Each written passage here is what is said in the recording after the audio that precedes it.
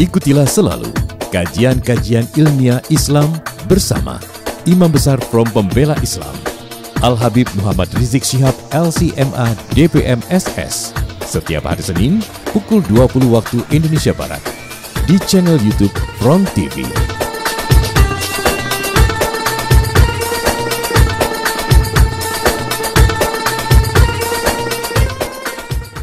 Sesungguhnya orang-orang yang menyakiti atau mengganggu atau menentang Allah dan Rasulnya, maka Allah melaknatinya di dunia maupun di akhirat. Dan Allah menyediakan bagi mereka yang menentang Allah dan Rasulnya siksa yang menghinakan. Apa Allah katakan? Faqala ta'ala mal'unin aina ma thuqifu ukhidhu wa qutilu taqtila.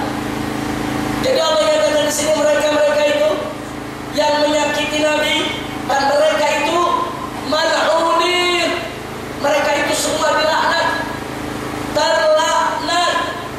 Aina ma thuqifu, di mana saja mereka dijumpai, di mana saja mereka ditemukan, ukhidhu, mereka mesti ditangkap, wa qutilu, dan mereka mesti dibunuh, taqtila, dibunuh dengan sehebat-hebatnya. Maksud dibunuh dengan sehebat-hebatnya, bunuh tanpa ragu-ragu, bunuh tanpa ragu-ragu. Ini perintah Allah, saudara. Allah yang memerintahkan. Mereka-mereka yang menghina Nabi, mereka dilaknat, mal'unin, di mana saja mereka dijumpai, ditangkap, dibunuh tanpa ragu. Hayya 'alal falah.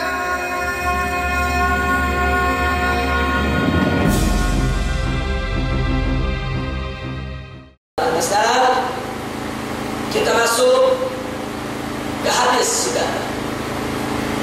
Dalil Nabawi. Di zaman Nabi pernah ada orang bernama Abhala Ibnu Ka'ab Ibnu Auf Al-Ansi, seorang dukun berkulit hitam hidup di Yaman. Di tahun ke-10 Hijriah dia mengaku Nabi. Pertama dia mengaku Islam, berikutnya dia mengaku Nabi. Dia bawa-bawa pengajaran Islam, saudara. Tadi sudah kita sampaikan di pembukaan pelajaran. Orang kalau mengaku Nabi berarti menodai agama, tidak? Berarti menghina Allah dan Rasulnya, tidak? Tidak, saudara. Dia masuk Islam, dia mau ubah-ubah ajaran Islam. Walaupun aku diangkat menjadi Rasul oleh Allah, ini penghinaan terhadap Allah, penghinaan terhadap Nabi. Terus bagaimana dilakukan oleh Nabi? Nabi mengirim para sahabatnya ke Yaman untuk menasihati Abhalah agar bertaubat. Ternyata nggak mau, malah menantang, saudara. Akhirnya Nabi menyurati penduduk Yaman, Muslim di Yaman, di mana dalam suratnya Nabi menyatakan, barang siapa yang punya kesempatan untuk membunuh saudara dukun yang ngaku Nabi ini, maka bunuhlah. Nabi yang suruh. Makanya seorang pemuda bernama Fairuz, begitu mendapatkan surat tersebut, dia tahu kalau Nabi sudah suruh bunuh, saudara. Dia masuk ke majelis Nabi palsu. Dia duduk paling depan, pura-pura mau ikut kedengerin, saudara. Begitu Nabi palsunya keluar, duduk di kursinya depan para pengikutnya, saudara. Ini Fairuz tidak menyia-nyiakan kesempatan. Dia langsung berdiri, dia cabut pedangnya, saudara. Dia tusuk ke jantung daripada Nabi palsu tadi. Setelah itu dia sembelih, dia tebas pada lehernya. Itu pengikut Nabi palsu melihat nabinya dibunuh sedemikian rupa, bukannya malah terus lempung, mabur, bubar semua, saudara. Loh, kenapa bubar? Wah, Nabi aja bisa dibunuh. Katanya Nabi dilindungi Allah, kok dibunuh begini? Bubar semuanya, saudara. Karena memang pengikutnya banyak orang-orang bodoh, nggak ngerti, saudara. Baik, saya nggak mau lanjut. Saya mau tanya, itu Fairuz itu ngebunuh Nabi palsu, yang suruh siapa? Saya mau tanya, itu ngaku Nabi palsu berarti menghina Allah, tidak? Menghina Rasul, tidak? Berarti berdasarkan surat Nabi hukumnya diapakan? Kemudian Fairuz bunuh itu Nabi palsu. Jadi siapa yang disuruh? Jadi kalau disuruh sama Nabi bunuh Nabi palsu, bunuh penghina agama, berarti membunuh penghina agama boleh tidak? Baik, sekarang yang kedua, Nabi palsu satu lagi, saudara. Di mana di tahun ke-9 Hijriah ada rombongan datang dari Najd. Najd ini sekarang ini kota Riyadh dan sekitarnya di Saudi Arabia. Itu namanya Najd. Begitu datang masuk Madinah, masuk Islam. Setelah masuk Islam, tinggal di Madinah beberapa waktu, belajar Islam. Selanjutnya kembali ke kampung mereka. Di tahun berikutnya, salah seorang dari mereka, salah seorang tokohnya mengaku sebagai Nabi. Inilah yang namanya Musailamah al-Kadzdzab. Nah, begitu dia mengaku Nabi, berarti dia sudah menghina Allah dan Rasul. Akhirnya Nabi kirim para sahabat untuk menasihati Musailamah agar kembali kepada Islam. Tapi karena Musailamah merasa punya banyak pengikut, yang ngaku dia sebagai Nabi, pengikutnya tidak kurang dari 40.000 orang. Karena dia merasa punya banyak pengikut, merasa punya kekuatan, saudara, dia tetap tidak mau ke jalan Islam. Nabi berusaha menasihati dengan berbagai macam cara, enggak. Dia tidak mau dia tantang Nabi. Akhirnya Nabi menyiapkan pasukan yang cukup besar untuk memerangi Musailamah dan pengikutnya. Nabi belum sempat berangkat, Nabi kita sudah wafat pada tahun 11 Hijriah. Tapi ingat, walaupun Nabi belum sempat ngirim, tapi saya bertanya, niat Nabi memerangi Nabi palsu sudah ada belum? Asalnya sudah ada belum?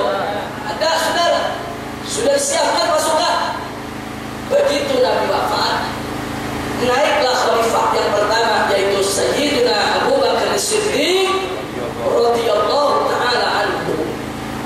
Sayyidina Abu Bakar menyiapkan pasukan, melanjutkan niat Nabi, rencana Nabi. Pasukan besar dipimpin oleh Khalid bin Walid radhiyallahu ta'ala anhu. Akhirnya pasukan Khalid ini dikirim, saudara. Anda bayangkan, ini pasukan berangkat nggak sembarangan. Itu jarak dari Madinah sampai ke Najd itu kurang lebih 1.000 km. Jakarta, Surabaya. Sebagian besar yang ikut pasukan jalan kaki, sebagian pakai kuda untuk memenangi Musailamah, sudah. Tapi karena ini para sahabat semangat mau bela Allah dan Rasulnya, berangkat dalam penuh semangat untuk jihad.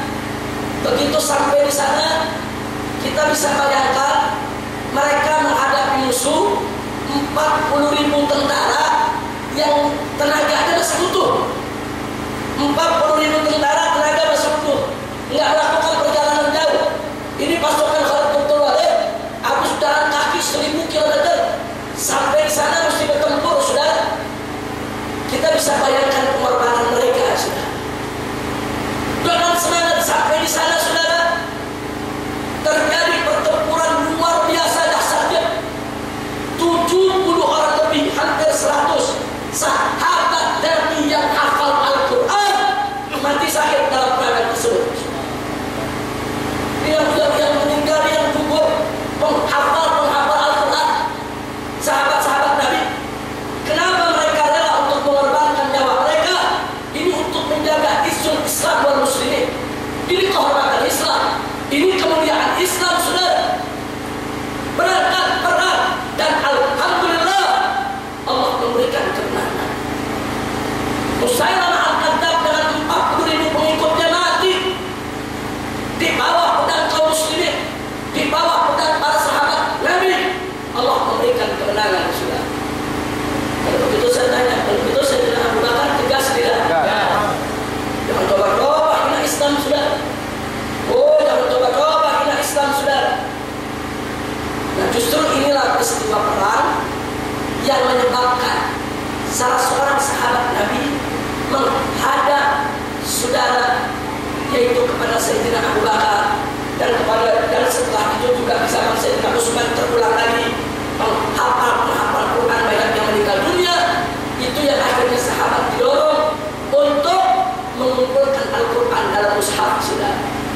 Sebab mereka khawatir nih kalau sahabat-sahabat Nabi yang paling dikit-dikit perang terbunuh, yang hafal Al-Quran besok kalau mati semua, nanti siapa yang ngajarin Al-Quran ke bawah? Nah, itulah akhirnya ada inisiatif Al-Quran dibukukan, saudara. Dah zaman Nabi tidak ada Al-Quran dibukukan. Al-Quran ada di kepala para sahabat, Al-Quran ada di dada para sahabat, Al-Quran ada dalam hafalan mereka, saudara. Hatta anak-anak sahabat yang kecil-kecil, umur 7 tahun, 8 tahun, mereka semua hafal Al-Quran, saudara. Tapi begitu yang hafal ini terbunuh dalam perang, saudara, lalu kalau besok habis, yang melanjutkan siapa? Itulah karenanya akhirnya Al-Quran dimushafkan. Alhamdulillah. Baik, saudara. Kita lanjutkan. Jadi kesimpulan dari nomor 2, bahwa Musailama mengaku Nabi berarti sudah menghina Allah dan Rasulnya, maka Nabi mengirimkan pasukan yang dilanjutkan oleh Sayyidina Abu Bakar. Hukumnya adalah diperangi sampai mereka mati terbunuh dalam kesesatannya, sudah. Dan begitu saya bertanya, kalau begitu Nabi sudah menyebutnya boleh dari perangi? Boleh tidak? Siapa yang suruh? Siapa yang mengajarkan? Nah, ini peristiwa. Anda baca kitab sirah apa saja, mana saja ada. Anda membaca sirah Ibn Hisam, Anda membaca sirah Ibn Ishaq, Anda membaca Al-Bidayah wa Nihayah, Anda membaca Al-Kamil fil Tarikh, Anda membaca Tarikh Tabari. Ini cerita semua ada, karena ini cerita sangat masyhur. Jadi saya tidak perlu lagi sebutkan nama kitab beserta halaman. Kenapa? Saking masyhurnya riwayat ini, sudah. Yang ketiga,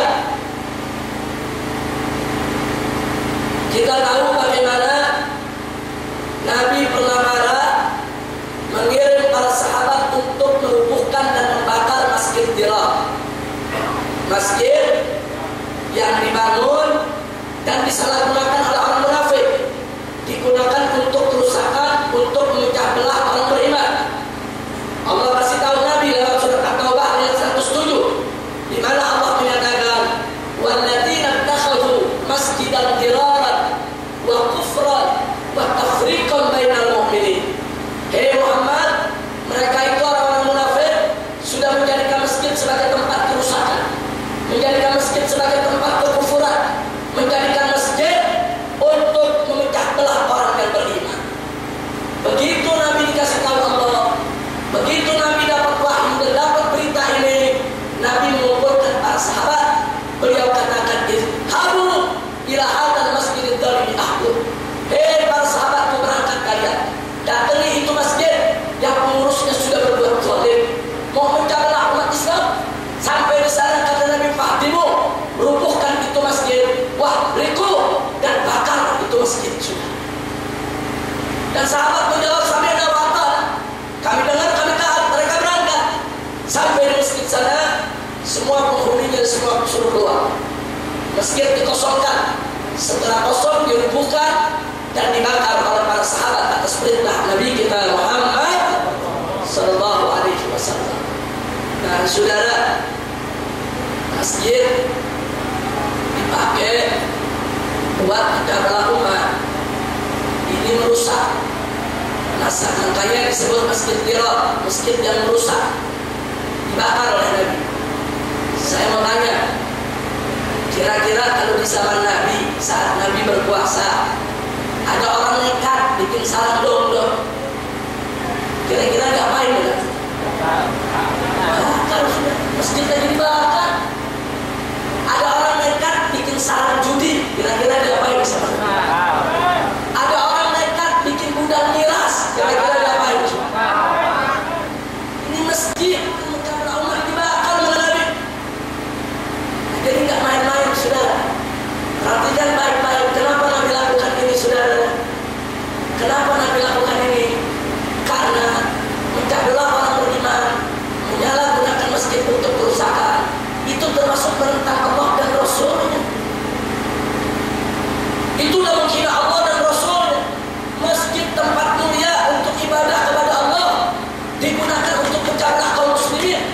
Ini penghinaan terhadap Allah, penghinaan terhadap Nabi, nggak dibiarkan oleh Nabi, saudara. Alhamdulillah. Silakan anda buka kitab tafsir yang mana saja dari surat At-Taubah ayat 107 dan 108, Anda akan dapatkan kisahnya, saudara. Sekarang kita masuk yang lebih fokus lagi, saudara.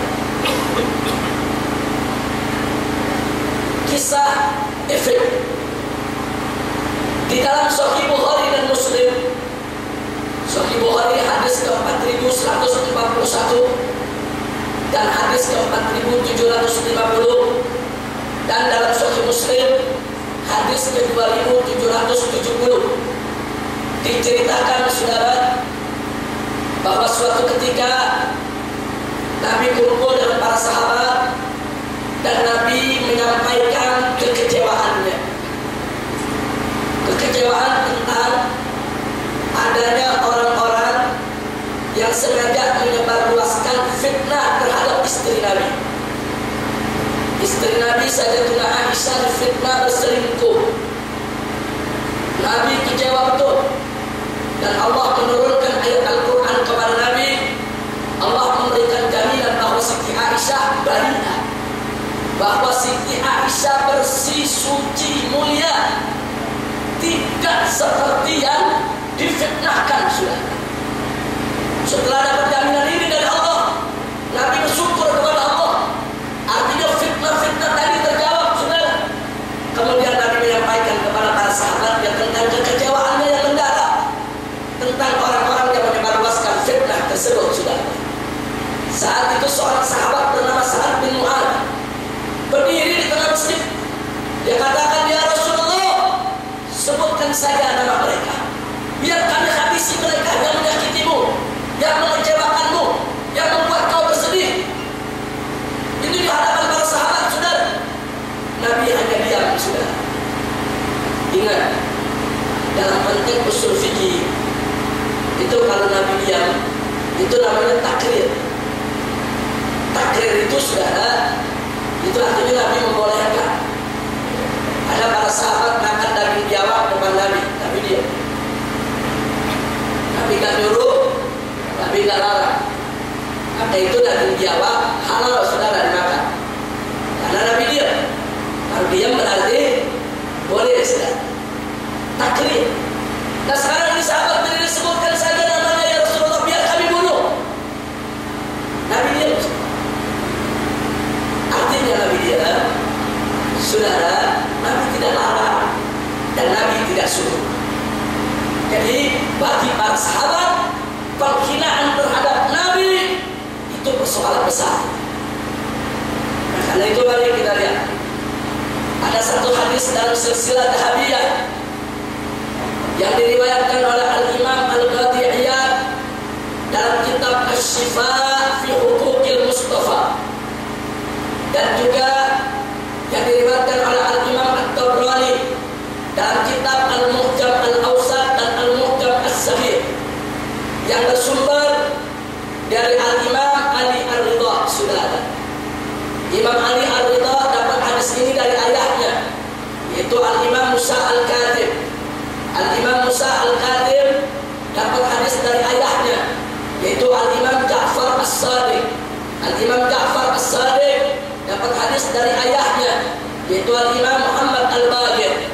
Al-Imam Muhammad Al-Baqir dapat hadis dari ayahnya, yaitu Al-Imam Ali Zainul Abidin. Al-Imam Ali Zainul Abidin dapat hadis ini dari ayahnya, yaitu Al-Imam Al-Husain. Al-Imam Al-Husain, yaitu Sayyidina Husain, dapat hadis ini dari ayahnya, yaitu Al-Imam Ali ibn Abi Thalib radhiyallahu ta'ala anhu. Ini dalam ilmu hadis Ahlus Sunnah wal Jamaah, kalau silsilah hadisnya seperti ini, sanadnya seperti ini, dari anak ke bapak, ke kakek, ke datu, sampai nyambung saudara ke Nabi, ini disebut silsilah Dhahabiyah. Ini namanya sanad emas. Sanad emas yang tidak boleh kita ragukan dia punya kesahihannya, saudara. Jangan langsung nuduh, wah ini kayak riwayat Syiah nih. Saudara, dalam kitab Syiah seperti Al-Qulaini memang riwayatnya seperti ini semua. Selalu dari itu, terus dari ayah, dari kakek, dari datuk. Cuma saudara, Ahlus Sunnah sebagian riwayat besar riwayat mereka kita tolak karena di dalam kitab Al-Qulaini baik Al-Kafi fil Usul maupun Kafi fil Furu' dijumpai banyak perawi-perawi yang mengatasnamakan Ahlul Bait. Ini yang jadi persoalan. Jadi Ahlul Bait tidak pernah bicara begitu. Dia mengatasnamakan. Saya dapat dari Imam Musa Al-Qadir, saya dapat dari Ja'far Shadiq, dapat dari Muhammad Al-Baqir. Dia catut nama-nama Ahlul Bait.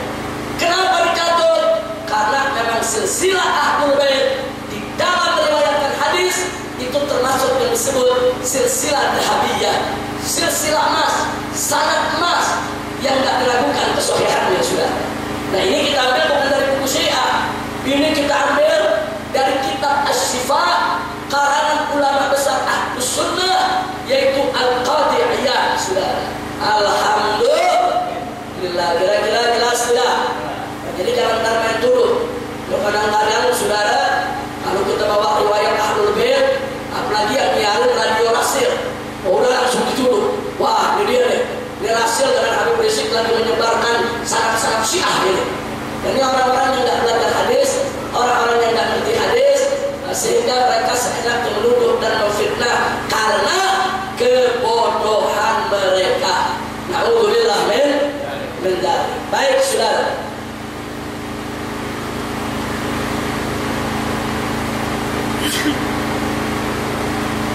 Nah, jadi dalam riwayat silsilah Dhahabiyah, Sayyidina Ali mengatakan, aku mendengar Rasulullah bersabda.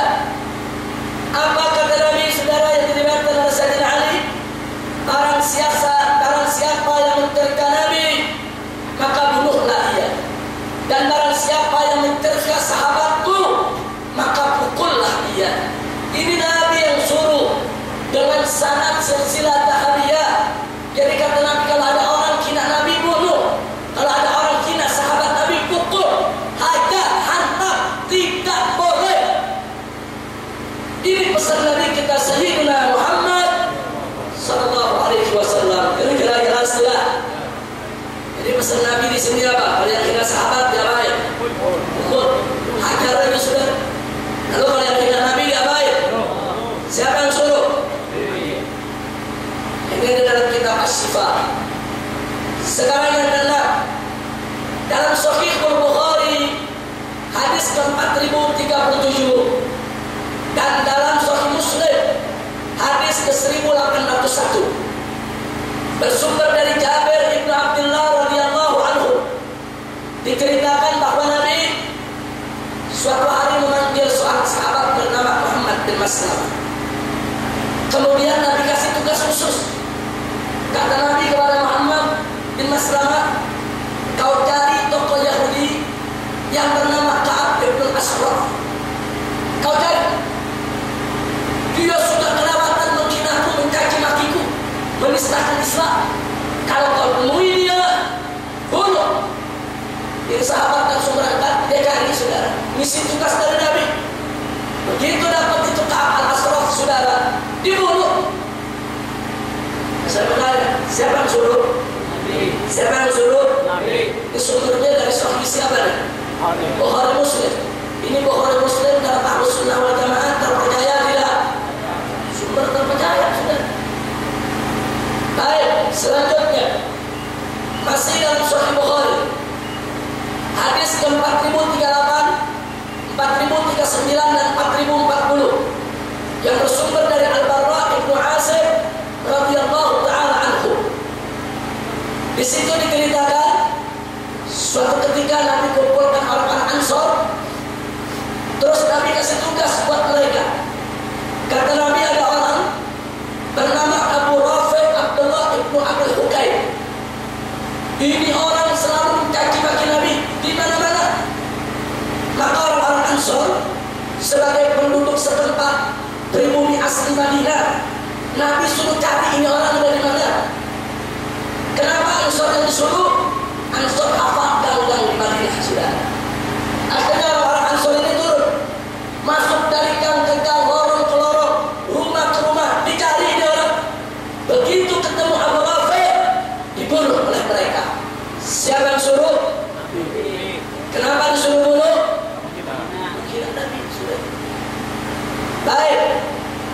Yang kedelapan, dalam Sunan Abi Daud hadis ke-2683 dan hadis ke-4359, saat Nabi menaklukkan kota Mekah, Nabi mengumumkan yang masuk ke Masjidil Haram aman, jangan dibunuh. Yang diam di rumahnya aman, jangan dibunuh. Yang masuk ke rumah Abu Sufyan aman, jangan dibunuh. Yang tidak melakukan perlawanan aman, nggak boleh dibunuh, kecuali yang melakukan perlawanan. Terus ada pengecualian, kata Nabi, kecuali Nabi sebutin satu persatu nama. Kalau orang-orang ini kalian jumpai dimanapun dia berada, mau ngelawan, nggak ngelawan, walaupun dia gelantungan di kainnya Ka'bah, bunuh, kata Nabi. Kenapa? Karena sudah kelewatan mencaci maki Nabi, menghina Islam. Salah satunya adalah putra Abu Jahal. Nabi suruh cari bunuh. Jadi Anda bisa lihat di sini sudah. Jadi menghina Nabi bukan urusan sembarangan. Sampai-sampai yang lain diampuni, yang lain dimaafkan. Tapi yang menghina Nabi kelewatan, saudara. Kata Nabi nggak ada maaf, nggak ada maaf juga kelewatan. Hatta berkelantungan di Ka'bah, bunuh. Siapa yang suruh? Baik, yang ke-9. Ada cerita menarik, saudara, dalam Sunan Abi Daud hadis ke-4361, di mana Abdullah bin Abbas radhiyallahu taala anhu bercerita bahwa di zaman Nabi ada satu sahabat buta matanya, tapi dia rajin sholat berjamaah dengan Nabi. Sholat berjamaah 5 waktu, subuhnya, zuhur, asar, maghrib, isya, nggak pernah terlambat, rajin, cinta kepada Nabi. Dan orang ini punya hamba sahaya, punya budak perempuan. Budak ini baik, melayani dia. Akhirnya dia beristri oleh dia sampai dapat anak juga. Hamba sahaya ini luar biasa rajinnya. Dia rawat anaknya, dia rapikan makannya, saudara, dia bersihkan rumahnya, disiapkan pakaiannya. Dia layani suami luar biasa. Cuma ada satu kekurangan. Perempuan ini setiap hari caci maki Nabi. Lain itu dia bagus, dia caci maki Nabi. Laki-laki ini nggak kuat, tiap hari nasihati, dia didik, dia ajarkan. Mulai dari nasihat, peringatan, ancaman, ultimatum, tetap nggak mempat. Terus dia hina Nabi. Sudah sehari, seminggu, sebulan, terus begitu sampai dia malu. Kalau perempuan ini kalau lagi teriak caci maki Nabi, tetangga pada dengar sudah. Tapi dia sabar, dia hadapi. Tiba suatu ketika, saudara, pulang dari masjid Nabi setelah kumpul bersama Nabi, di rumah disiapkan makan malamnya. Saudara, tahu-tahu perempuan ini caci maki Nabi lagi. Dia kasih nasihat, dia suruh bungkam itu malam, nggak ngerti. Begitu dia rasakan perempuan itu ada di samping dia cabut, dia punya belati, saudara, dia tusuk, dibunuh itu perempuan. Geger satu Madinah. Besoknya pada saat sholat subuh, Nabi dan semua sahabat kumpul di masjid. Usai sholat subuh, sahabat yang buta ini disidang, saudara. Nabi tanyakan, lima total, kenapa kamu bunuh dia? Kan itu perempuan baik, selama ini melayanimu, menjaga anak-anakmu, merawatmu. Kenapa kau bunuh? Diceritain sama dia bahwa dia udah gak kuat dan itu perempuan, mendengar itu perempuan mencaci maki Nabi. Dan beberapa sahabat tetangga dia memberikan kesaksian betul bahwa istrinya suka mencaci maki Nabi. Setelah Nabi dengar, saudara, sedemikian rupa, Nabi mengatakan kepada para sahabat, ishhadu, saksikanlah oleh kamu sekalian, bi'annaha, bahwa perempuan tersebut muhdarud dan halal darahnya ditumpahkan. Nabi yang ngomongin. Setelah terbukti memang karena itu perempuan menghina Nabi, yang buta tadi dipersilahkan pulang oleh Nabi. Sedangkan orang menghina Nabi dibunuh, Pembunuhnya sama Nabi setelah disidang dilepas. Berarti pembunuhnya itu salah atau benar? Berarti perbuatannya itu jelek atau bagus? Kalau dia salah dihukum Nabi, saudara. Nggak ada wala ditegur, bahkan dipuji Nabi.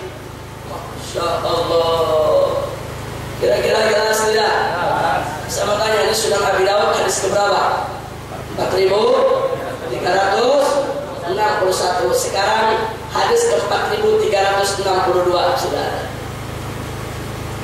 Dari Sayyidina Ali bin Abi Thalib radhiyallahu taala anhu.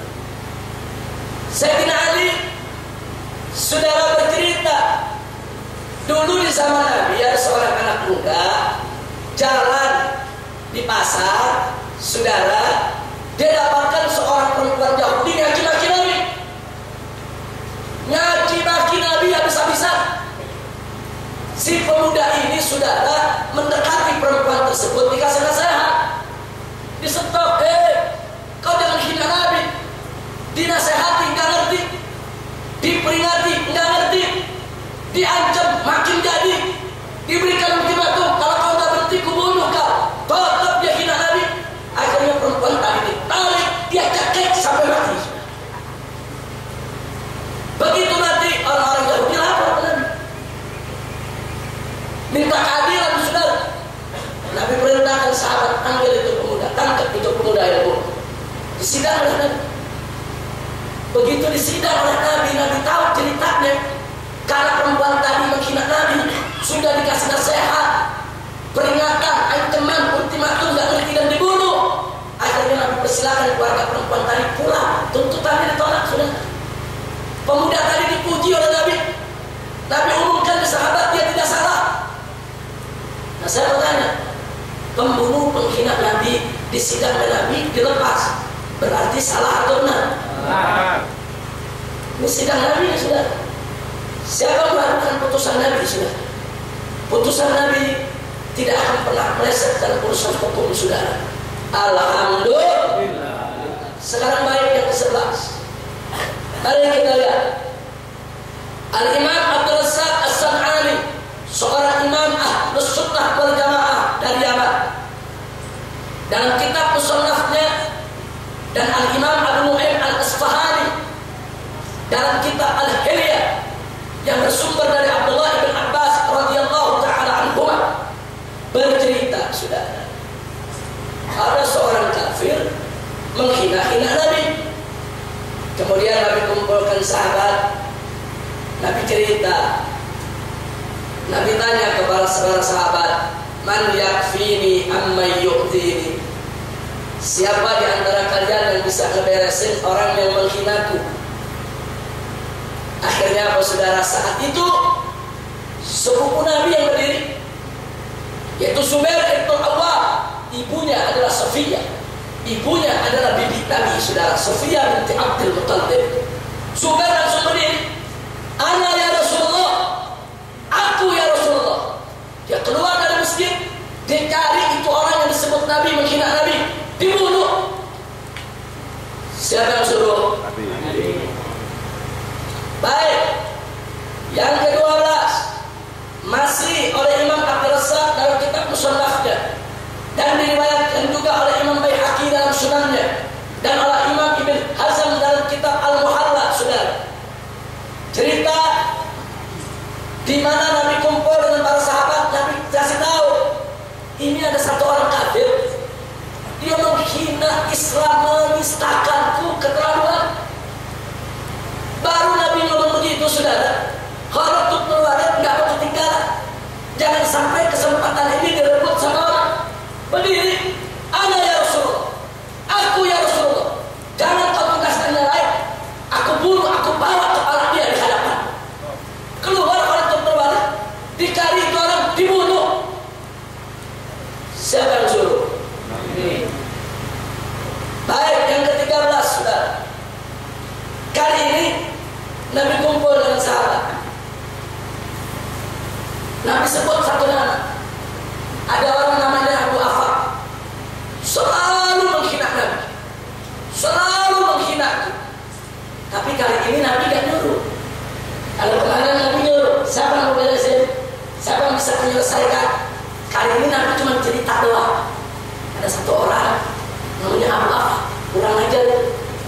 menghina Nabi, menghina Islam. Udah bubar pengajian, saudara.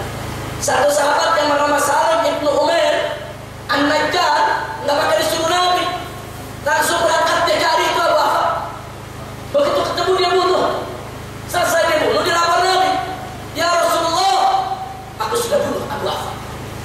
Nabi bersyukur, Nabi puji dia. Kemarin Nabi cerita, saudara nyuruh, sekali nyuruh, dua kali nyuruh, ketiga tapi nggak nyuruh. Maksudnya apa? Jangan disuruh dulu. Sekali-sekali itu nggak perlu pakai disuruh. Jadi kalau Nabi udah cerita, tuh si fulan tuh menghina Islam, udah nggak pakai disuruh, bunuh aja udah. Dan itu dilakukan sahabat, saudara. Baik, yang ke-14, saudara. Begitu juga di lain waktu Nabi cerita ada seorang perempuan namanya Asma binti Marwan. Asma binti Marwan, saudara. Perempuan. Nabi cerita, ini perempuan sudah kelewat batas. Menghina Nabi, mencaci maki Nabi, kelewatan. Enggak, sahabat nggak nunggu disuruh, sudah. Bubar majelis, malamnya ada sahabat bernama Umar bin Adi Al-Khatmi, dia cari itu perempuan, dia bunuh, dan Nabi memuji dia, saudara. Bahkan Nabi mengatakan kepada para sahabat yang lain, Inna Umar, sesungguhnya Umar telah membela Allah dan Rasul. Subhanallah. Kira-kira jelas gak? Jelas gak? Ini kisah ada di Tarikh Al-Waqidi dan ada juga diriwayatkan oleh Ibnu Hajar dalam kitab Al-Isabah. Jadi saudara, di kalangan sahabat itu jangan coba-coba menghina Nabi, saudara. Taruhan nyawa kalau coba-coba menghina Nabi, saudara. Yang ke-15, mari kita lihat dalam Sunan Abi Daud riwayat ke 4363 diceritakan waktu Sayyidina Abu Bakar menjadi khalifah, ada orang bersikap kasar kepada beliau. Ada sahabat lain minta izin kepada Abu Bakar untuk bunuh itu orang. Kurang ajar, dia menghina Sayyidina Abu Bakar. Tapi apa kata Abu Bakar, saudara? Sayyidina Abu Bakar Siddiq radhiyallahu anhu mengatakan, jangan, kalau dia hina aku, jangan kalian bunuh. Tapi kalau dia coba-coba hina Nabi, bunuh. Ini instruksi khalifah, saudara. Menghina aku, jangan dibunuh. Tapi kalau hina Nabi, kata Abu Bakar, bunuh. Ini instruksi Khalifah Rasulullah Sayyidina Abi Bakar Siddiq radhiyallahu ta'ala anhu. Ini diceritakan juga oleh Imam Nasai, Al-Imam Al-Hakim, Al-Imam Ahmad, Al-Imam Al-Baihaqi, dan Al-Imam Al-Humaini, serta Al-Imam Abu Ya'la di dalam Sunan dan Musnad mereka, saudara. 16, Sayyidina Umar bin Khattab radhiyallahu ta'ala anhu mengumumkan di depan umat, saudara, waktu beliau menjadi khalifah, apa beliau katakan? Barang siapa yang mencerca Allah atau mencaci salah satu nabi, maka bunuh orang tersebut, saudara. Ini putusan khalifah Sayyidina Umar bin Khattab radhiyallahu ta'ala anhu. Artinya di sini menghina nabi itu urusan besar, hukumnya sampai harus dibunuh, baik dari zaman Nabi, zaman Abu Bakar maupun di zaman Umar, saudara. Nah, kemudian saudara, yang berikutnya adalah fatwa Abdullah bin Abbas radhiyallahu ta'ala anhu, sebagaimana diriwayatkan oleh Al-Karmani. Abdullah bin Abbas memutuskan, saudara, barang siapa dari kalangan muslim yang mencerca Nabi, maka harus dituntut bertaubat. Kalau dia menolak bertaubat, maka dibunuh. Tapi kalau ada dari kalangan kafir yang menghina Nabi, nggak usah dituntut taubat, bunuh aja langsung, saudara. Itu fatwanya Abdullah bin Abbas. Orang Islam hina Nabi, suruh taubat, nggak taubat, bunuh. Orang kafir hina Nabi, ya bunuh. Jadi nggak ada kompromi penghinaan terhadap Nabi.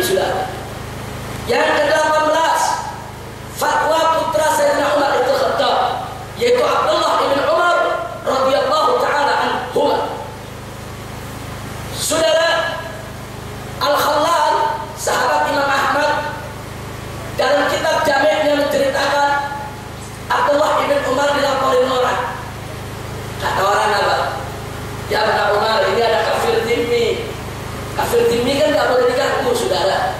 Kafir dhimmi, orang kafir yang hidup di negeri Islam bersama kaum muslimin, bayar jizyah, bayar pajak, dan jadi warga yang baik. Gak boleh kita ganggu, mesti kita lindungi, kita jaga keamanannya. Kali ini ada kafir dhimmi menghina Nabi. Ini orang bingung, bagaimana kafir dhimmi gak boleh diganggu, tapi dia hina Nabi. Lapor ke Abdullah bin Umar. Apa kata Abdullah bin Umar? Jika aku mendengarnya, niscaya aku bunuh dia. Sebab tidaklah kami berdamai dengan mereka untuk mencerca Nabi kami. Orang kafir itu damai dengan kita, hidup di negeri kita, kita jaga, kita lindungi, kita hormati, bukan untuk dia hina Nabi kita, saudara. Maka itu Abdullah bin Umar mengatakan, kalau aku dengar dia begitu, aku bunuh. Kita berdamai dengan dia, kita lindungi dia, bukan untuk dia mencaci maki Nabi kita. Masya Allah, kira-kira jelas ya?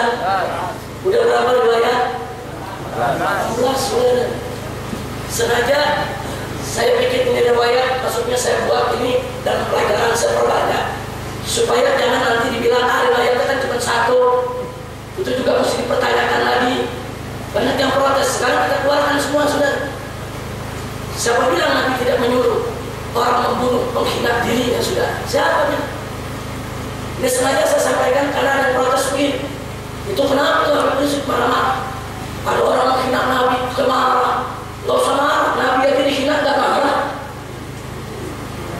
Ini dia nih, saudara, karena dia gak baca kitab, ngajinya gak tuntas. Jangan-jangan belajarnya di bawah pun jengkol. Ya bukan, orang kalau mau baca sejarah yang lengkap dong. Saudara, siapa bilang Nabi tidak marah? Kalau agama dihina, siapa bilang?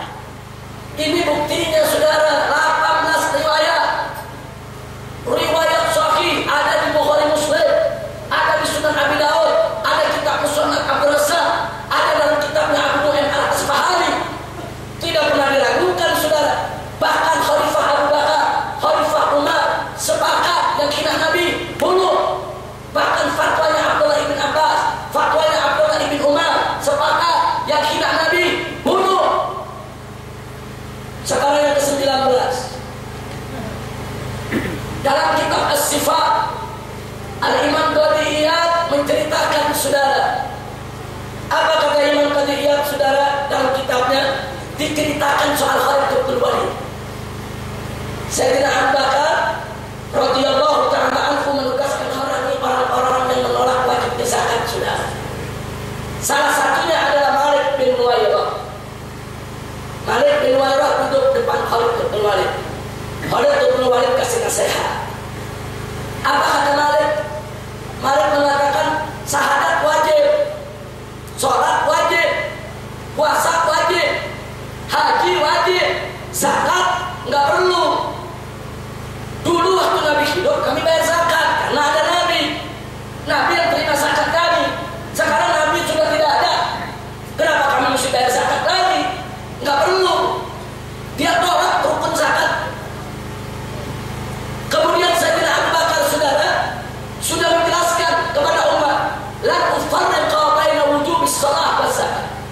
Aku tidak akan bedakan wajibnya sholat dan wajibnya zakat.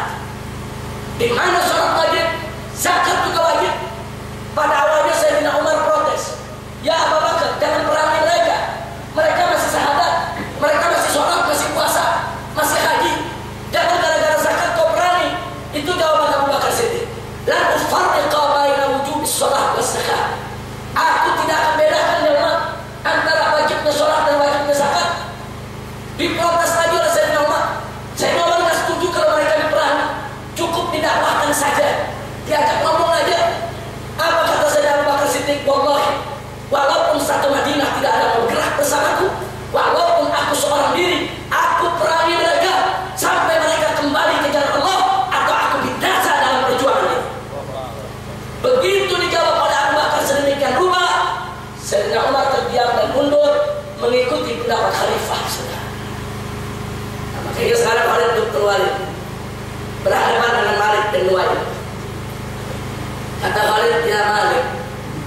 Zakat itu kewajiban agama, diwajibkan oleh Allah, sebagaimana diajarkan oleh Nabi Muhammad.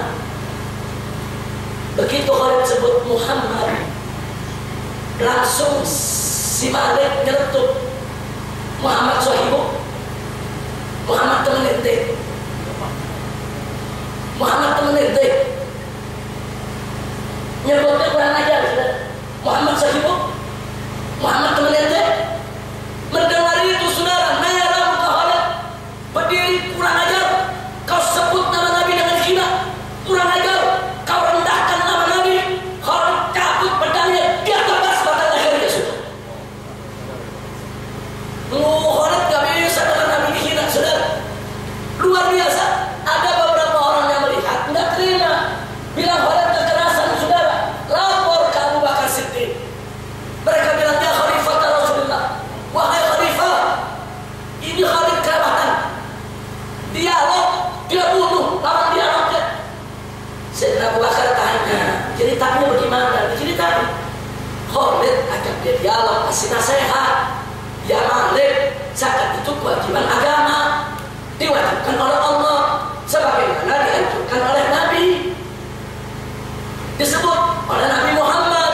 Lalu kata Abu Bakar, dijawab oleh Malik, Muhammad sahibu. Katanya Sayyidina Abu Bakar, begitu dia jawab, iya. Makanya Sayyidina Khalid marah, langsung hantam karena dianggap menghina Nabi. Apa kata Abu Bakar Siddiq? Wallahi, kalau aku yang dengar dia bicara macam itu menyebut nama Nabi, aku yang tebas batang lehernya, bukan Khalid yang tebas itu. Allah. Jadi saudara, menghina Nabi persoalan besar saudara, bukan persoalan kecil. Kira-kira jelas tidak? Paham semua? Baik saudara. Nah sekarang yang ke-20. Pernah dengar nama Khalifah Umar bin Abdul Aziz? Adil tidak? Bagus tidak? Umar bin Abdul Aziz radhiyallahu taala anhu saudara menyurati gubernur Kufah. Karena di Kufah ini saudara banyak pengikut Sayyidina Ali yang tidak suka dengan Bani Umayyah, sehingga Umar bin Abdul Aziz walaupun adil tetap sering dicaci maki oleh ahli Kufah.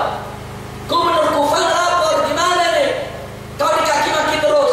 Apa kata Umar bin Abdul Aziz? Kalau mereka mencaci maki Umar, tidak apa-apa, jangan ditangkap, apalagi dibunuh, jangan.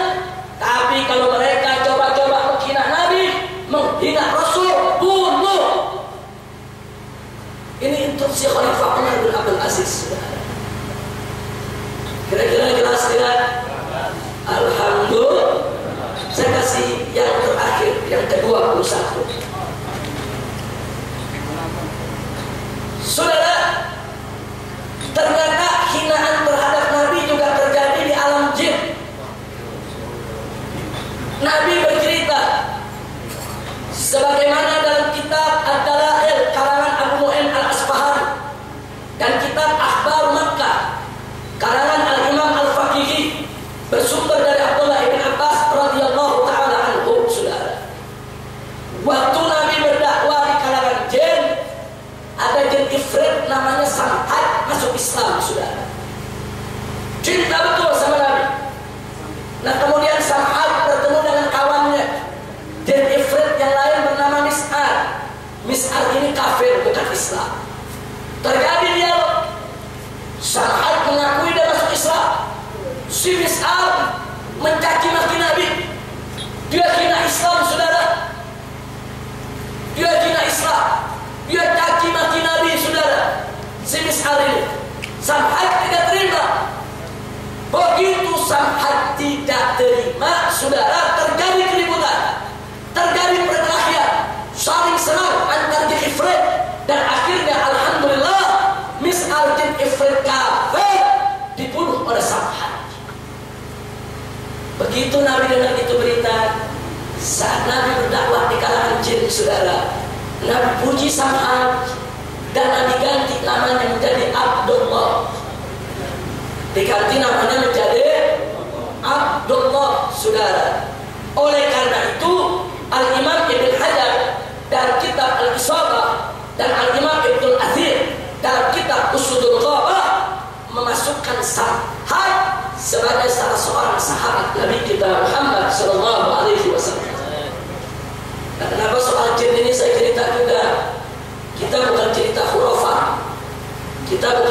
mistake. Kita cerita hadis Nabi, yang cerita ini Nabi.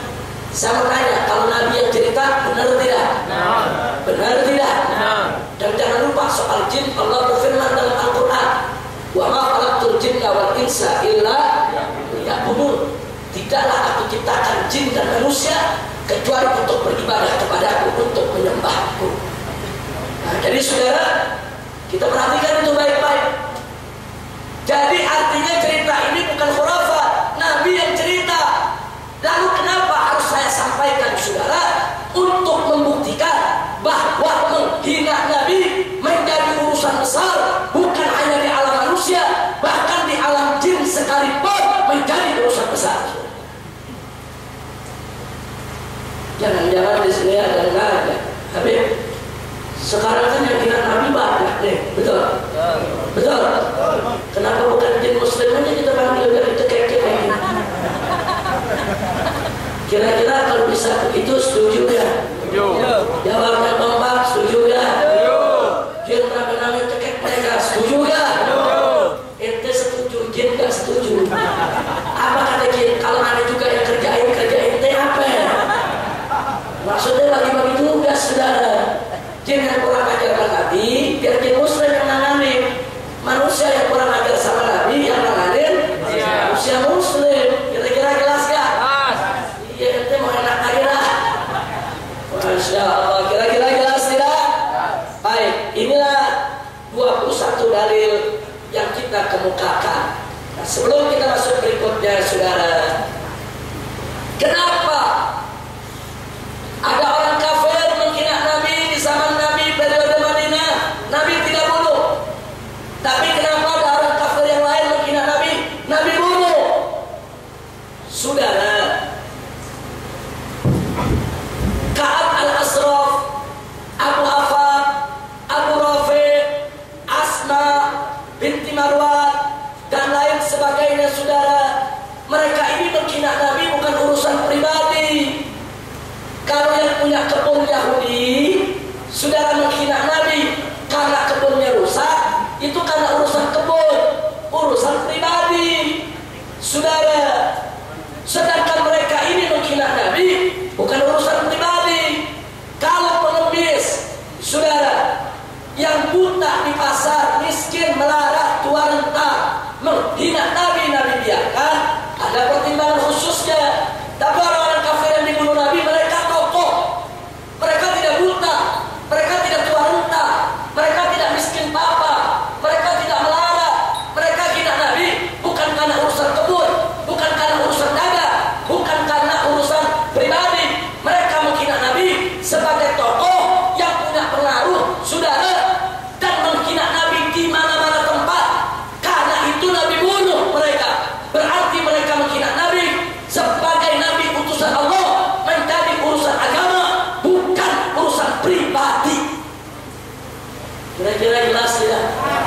Jelas tidak? Jadi paham, ada yang dibunuh, ada yang tidak dibunuh. Paham tidak alasannya? Tahu tidak alasannya? Alhamdulillah. Nah, karena itu yang berikutnya saudara. Sekarang dalil ijma. Dalil Quran sudah selesai. Dalil hadis sudah selesai. Sekarang dalil ijma. Sepakat semua ulama salaf dan khalaf, sahabat tabi'in dan tabi'in tabi'in, salaf maupun khalaf, bahwa menghina Nabi harus dihukum mati.